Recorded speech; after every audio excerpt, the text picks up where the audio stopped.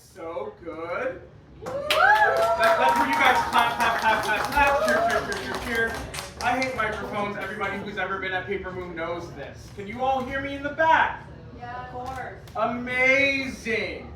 So I don't have poems about people having tiny dicks, and most of my poems are about being trans.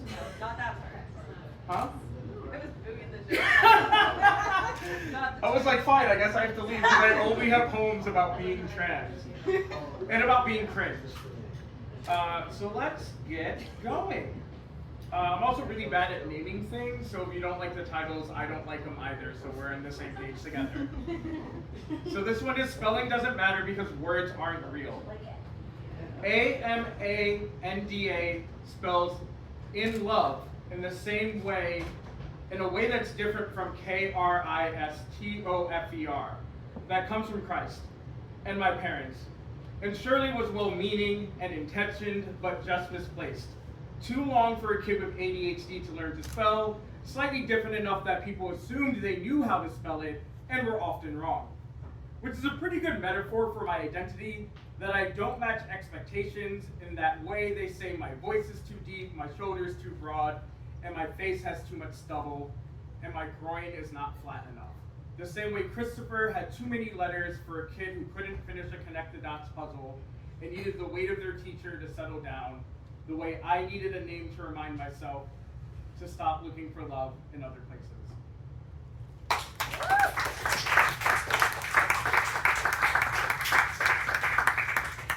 This one is Microwave Leftovers. In the last 2 weeks, I've learned two things. One, that there is no real thing as being cringe. Two, that I don't know Spanish very well anymore. And if there's a moral to this story, it's that no one really knows anything, and that our perception of how others perceives us doesn't matter. Because there'll always be somebody's yuck and somebody's yum, and wouldn't it be better to just be tasty? I like that short little one. It's not about being trans. I guess maybe being cringe is about being trans. I've got a few more. This one is My Nose Doesn't Grow.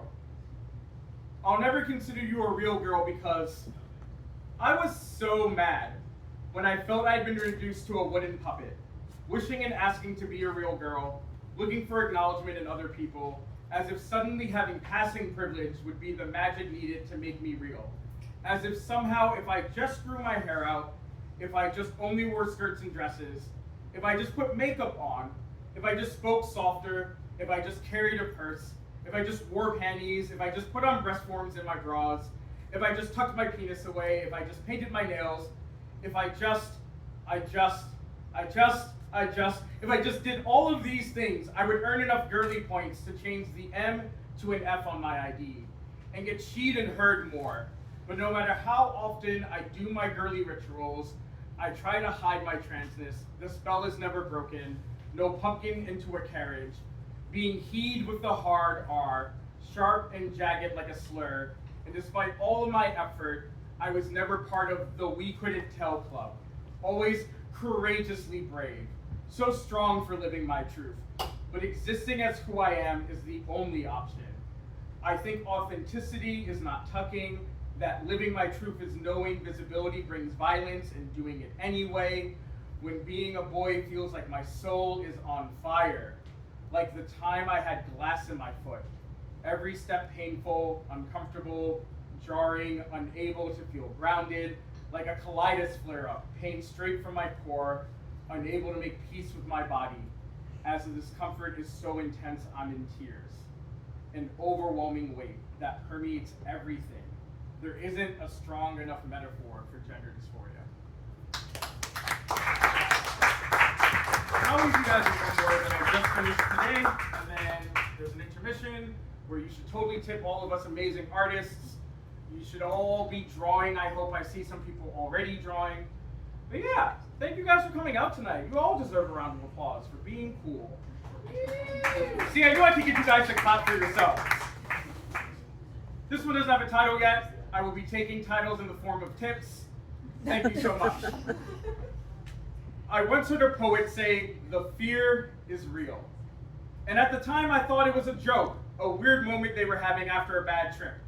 But every day since, I don't know when, I wake up and I see it on my ceiling too. The fear is real. My shoulder has been spiking in intense pain more and more lately, and someone said I might have lung troubles, and there are times my arm is numb, from the elbow to the tips of my fingers. They say chronic pain is something you never get used to, and I don't know because I can't remember a time without pain. From the time I found out I had a sickness that wasn't going away, I had grown accustomed to discomfort, and when the pain in my gut would cause time to stop, and I would wonder if this was the time I would be hospitalized. The fear is real. They say fear is only in the mind, as if intangible thoughts can't hurt you. Because I can say that I've sustained more damage from my mind than I have ever felt from the tangible. Because it's been my thoughts that have brought the most harm, that convinced me that I shouldn't take up space, and that told me that those times that cutting myself would solve my problems better than ever talking to my therapist could. The fear is real.